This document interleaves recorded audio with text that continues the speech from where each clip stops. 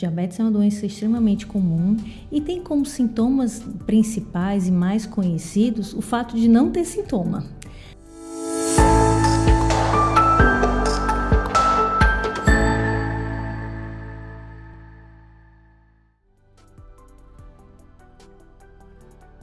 Os principais sintomas do diabetes, quando a glicose está realmente muito elevada, são sintomas relacionados justamente a essa hiperglicemia que a gente fala, o excesso de glicose no sangue.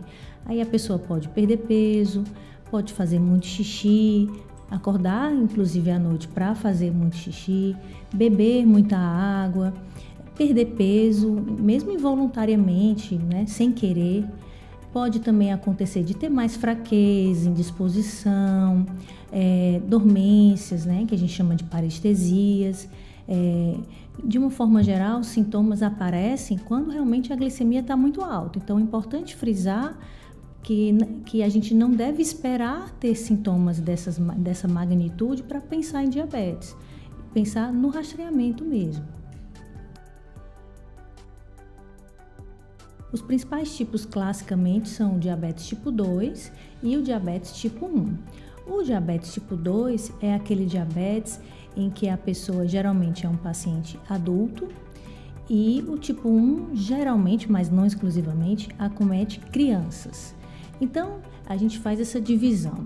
No diabetes tipo 2, muitas vezes o tratamento é feito inicialmente com medicamentos, comprimidos, né? Medicamentos orais. E pode eventualmente também necessitar de insulina, o que é um pouco diferente no tratamento do diabetes tipo 1, que é o diabetes mais comum na infância, em que a pessoa realmente não tem nenhuma reserva de insulina, que é o hormônio necessário para o controle da glicose, produzido pelo pâncreas. Então, por isso, a pessoa precisa fazer uso de medicação de insulina de forma injetável, injeção subcutânea. Então, a diferença basicamente desses dois tipos é relacionado à reserva de insulina, à produção de insulina que a pessoa tem. Então, no diabetes tipo 2, a pessoa até produz insulina, mas essa insulina não é suficiente ou não tem a ação suficiente para controlar a glicose, para controlar o açúcar. No caso do diabetes tipo 1, a pessoa realmente não tem essa produção de insulina suficiente e por isso precisa usar insulina também. No caso do diabetes tipo 1, que é uma doença autoimune, a gente não tem um fator de risco muito específico, porque é uma doença relacionada a, como eu falei, uma doença autoimune em que o corpo agride, o próprio corpo causa uma agressão por anticorpos, que são células de defesa, contra o próprio pâncreas da paciente. E aí o pâncreas para de produzir insulina e por isso ele precisa de insulina, de terapia com insulina substitutiva. Isso não tem um fator de risco específico, é uma doença autoimune. Mas no caso do diabetes tipo 2, sim, aí tem fatores de risco importantes e que podem ser modificados. Então, o diabetes tipo 2 é uma doença que pode ser realmente evitada.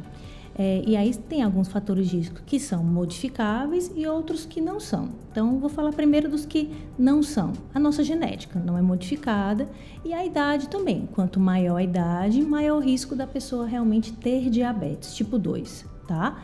No caso dos fatores de risco não modificáveis, são excesso de peso, obesidade é um fator de risco super importante para diabetes tipo 2, sedentarismo, o fato da pessoa fumar, tabagismo, o fato da pessoa ter pressão alta, mulheres que têm diabetes gestacional prévia também tem fator de risco para diabetes tipo 2 do futuro, então tem que ficar mais atentas. Então, são fatores de risco que podem realmente ser modificados.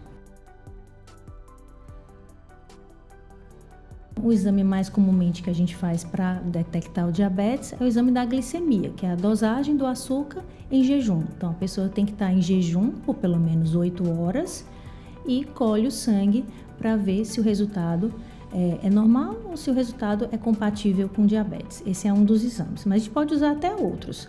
Outro exame que a gente faz também, que pode ser feito, é o exame da curva glicêmica. Um nome assim enorme, mas basicamente a pessoa vai no laboratório em jejum e aí colhe realmente o exame da glicemia em jejum e depois colhe novamente, depois de 2 horas, a glicemia depois que toma um líquido doce, uma carga glicêmica alta. Então, chama exame de curva glicêmica ou o teste de tolerância oral à glicose. É um nome enorme, mas a gente faz um teste com um líquido com açúcar, para ver até quando vai a glicose da pessoa. Esse é um segundo exame que pode ser feito. E um terceiro exame que pode ser feito, todos os exames de sangue, tá? É um exame que chama hemoglobina glicada ou hemoglobina glicosilada, que é também um exame que mostra a média da glicose ao longo de 3 meses e que também serve como parâmetro não só para diagnóstico de diabetes, como também para tratamento de diabetes.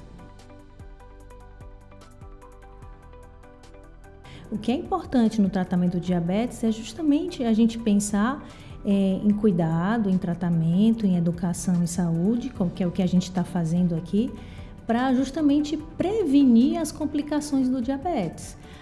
Aí a pessoa prevenindo essas complicações, evitando esses riscos maiores de complicações, tem uma expectativa de vida e uma vida normal. A chave da questão para o diabetes, que mesmo sendo uma doença muitas vezes assintomática, que não dá sintoma, é você se cuidar para evitar a complicação, que aí pode realmente dar várias complicações. Complicações renais, a maioria das pessoas que fazem hemodiálise estão lá por conta do diabetes, que danificou o rim, complicações visuais, cegueira até, complicações relacionadas a úlceras, feridas nos pés, gangrenas e até amputações, infarto, AVC. Então, o diabetes pode, de uma forma importante, causar complicações no paciente que não se cuida e não controla a glicemia. Você cuidando e controlando bem a glicemia, você não vai ter essas complicações. Os pacientes com diabetes não devem realmente monitorizar com exames de sangue periódicos, tá? E naqueles pacientes em que o médico solicita, alguns têm que fazer exame de glicemia na ponta do dedo, que a gente chama de glicemia capilar, ou teste de glicemia capilar. Principalmente pessoas que fazem uso de insulina precisam fazer esse teste para a gente ter uma noção de como que está o controle, se ele está atingindo as metas, os níveis ideais de glicemia com o tratamento. Então, ele é feito isso, o próprio paciente faz isso também, ou pelo exame de sangue ou pelas glicemias capilares. Esse tratamento tem que ser feito de forma realmente multiprofissional. Na verdade, eu costumo dizer que para tratar o diabetes, a gente tem que ter, é como se fosse uma cadeira de 4 pernas, de 4 pés. A gente tem que ter medicação, que aí acaba sendo a parte do médico, mas a gente tem que ter atividade física associada, tá? A gente tem que ter uma dieta regular, que também é parte desse apoio nutricional com o nutricionista, e tem que ter educação em diabetes, que todo profissional de saúde, seja até o médico, mas também principalmente o enfermeiro, o nutricionista, o educador físico, também fazem parte dessa cadeira, para a gente conseguir um bom controle glicêmico. E não só o endocrinologista trata de diabetes, o clínico geral tem todas as armas possíveis para fazer esse tratamento de uma forma também muito compensatória, porque são muitos pacientes com diabetes e é importante que qualquer médico generalista tenha esse conhecimento de uma forma importante.